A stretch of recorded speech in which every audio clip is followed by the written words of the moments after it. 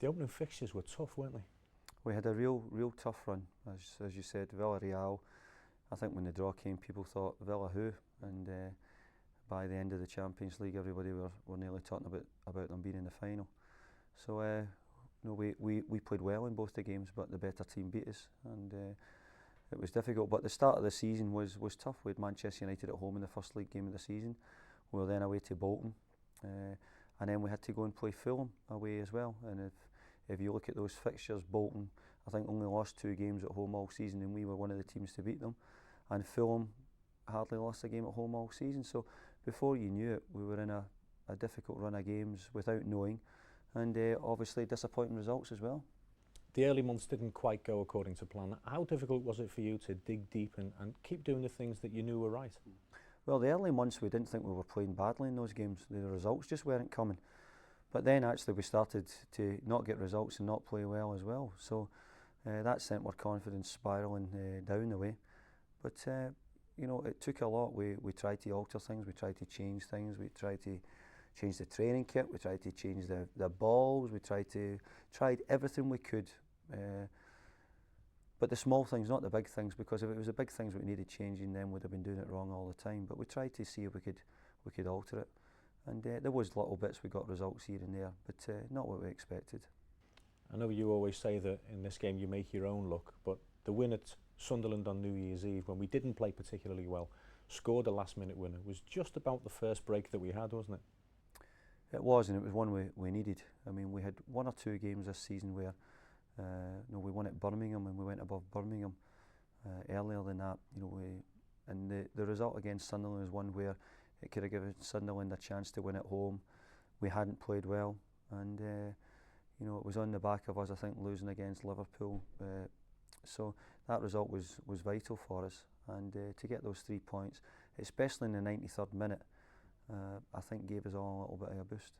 Some of the football we then played in the subsequent games, and we did get results, was fabulous, wasn't it? And we scored some great goals as well. Yeah, I think the football at that period was probably the best we'd played all season. I think it was a return to form of the likes of Tim Cahill, even Tony Hibbett, who had done great. 1 or 2 others really came back into some form then.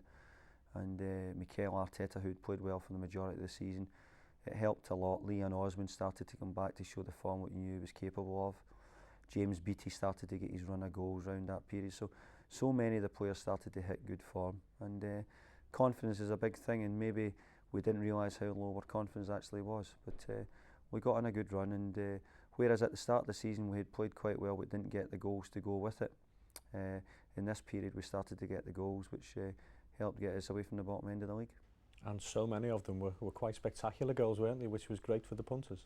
It was great, and we always like to see a great goal, but my disappointment was that we didn't score enough scrappy goals and tap-ins, and in general not enough goals all season.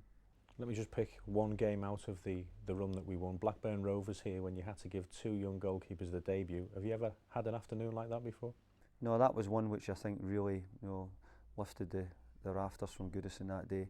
The goalkeeper gets sent off in the opening 5 or so minutes. We're up against it really the whole game with 10 men, and we go on to get a result and win the game, which was terrific. And obviously those 2 young goalkeepers got their debut, both Ian Turner and John Ruddy. I'll not want to remember it for his sending off. John came on and done terrifically well. So it was a little bit epitomised where we were at that period and the way the players were working very hard for each other. And we needed it. It was a result which actually, I think on that day put us above Blackburn Rovers on the table. But Blackburn Rovers went on to beat Arsenal in the midweek and win at home on the Saturday against Sunderland. And the rest is history. They went on to be in the UEFA Cup and kicked on from that period. Can you remember exactly what was going through your mind when the referee showed Ian Turner a red card? Because you obviously had to make a substitution and reshuffle your outfield pack, didn't you? Well, at the time I thought it was going to be a red card. He handballed it outside the box. What I didn't realise later was that rule doesn't really stand. If it's stopping a goal scoring opportunity, if there's no cover. So it was a little bit harsh on him after seeing it again. But at the time of the game, I thought, yeah, he's definitely off. And we had to reorganise and change the whole thing round. And but it was typical of Everton. I think sometimes when we're down on it, then we rally and sometimes get our best results. The drama here at Goodison Park lasted until the last game, the last minute. That was it was an amazing finish to the season, wasn't it? It was, and you know, to finish in the way it did was disappointing as much as that we wanted to be higher up the league, but we knew that if we could win in the last game of the season, we'd go 10th, and we weren't able to do that.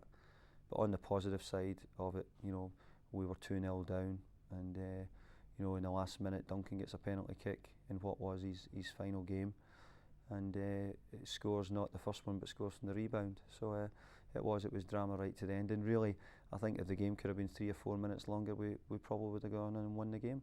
It was a great moment for Victor Anichebe as well, wasn't it, to get his first Goodison goal? Well, it was the sort of the old and the new really on the one day, especially in the last 10 minutes of that game, and that's what football does sometimes, you know, it's a bit of a revolving door. Just pick out 1 or 2 players from the season. Has Phil Neville been everything you thought he would be? Yes, and more, of his type and his personality, and you know, round the place he's been excellent, and you know, he's become a little bit Mr. Versatile for us. You know, we've needed him to play, well, we wanted him to come here and and help us as a holding midfield player. He done that, and then obviously play left back or right back as well, and he's done it, and not once has he ever questioned it, not once has he ever said, no, I don't want to play there, and he's just been a model professional throughout. Another player that you sort of signed last summer, Mikel Arteta, the supporters have taken to him in a massive way, haven't they? Well, those 2 players are on coming in, you know, have done really well at Everton, and you know, that's a big plus, and I think Mikel's now beginning to realise what it means to play for Everton. He's not been taken to the hearts of the supporters because he's such a very gifted technical footballer, ability to take people on, and you know, he's tenacious as well, he works hard enough, and we found that maybe playing him on the right or on the left might be even more better suited than what he is when he's playing dead central. One other player, the punters here like their centre forwards, they always have done at Everton Football Club, and James Beattie showed exactly what he's capable of.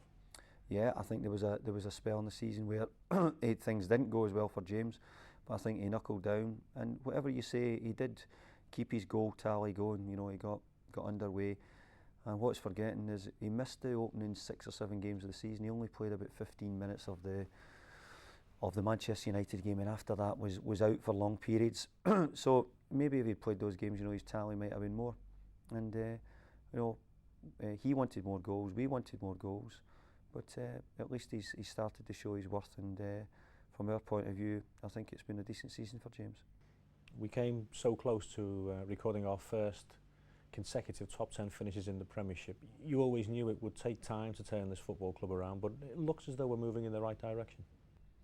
I feel we are, but you know, I don't kid MDL on, tell them straight. I'm disappointed we didn't finish higher up, but you know, people at Everton are, I'm not saying they're used to it, but they've been here many times before. So there's no magic wand, you know, we'll always continue to do our best, and that's the way it is. Everton's a great club, great traditions, but you can have all them, but you have to have a great team if you're going to get results, and we're trying to get that team. Finally, you include the supporters when you say the team, don't you? The team is the supporters probably at the helm of it, because if we don't have them, then we don't have the team. They've been fantastic to me and fantastic to the players. They really are, and the amount of managers I speak to say, you know, your crowd's like an extra man here, and you know, we thank them for that.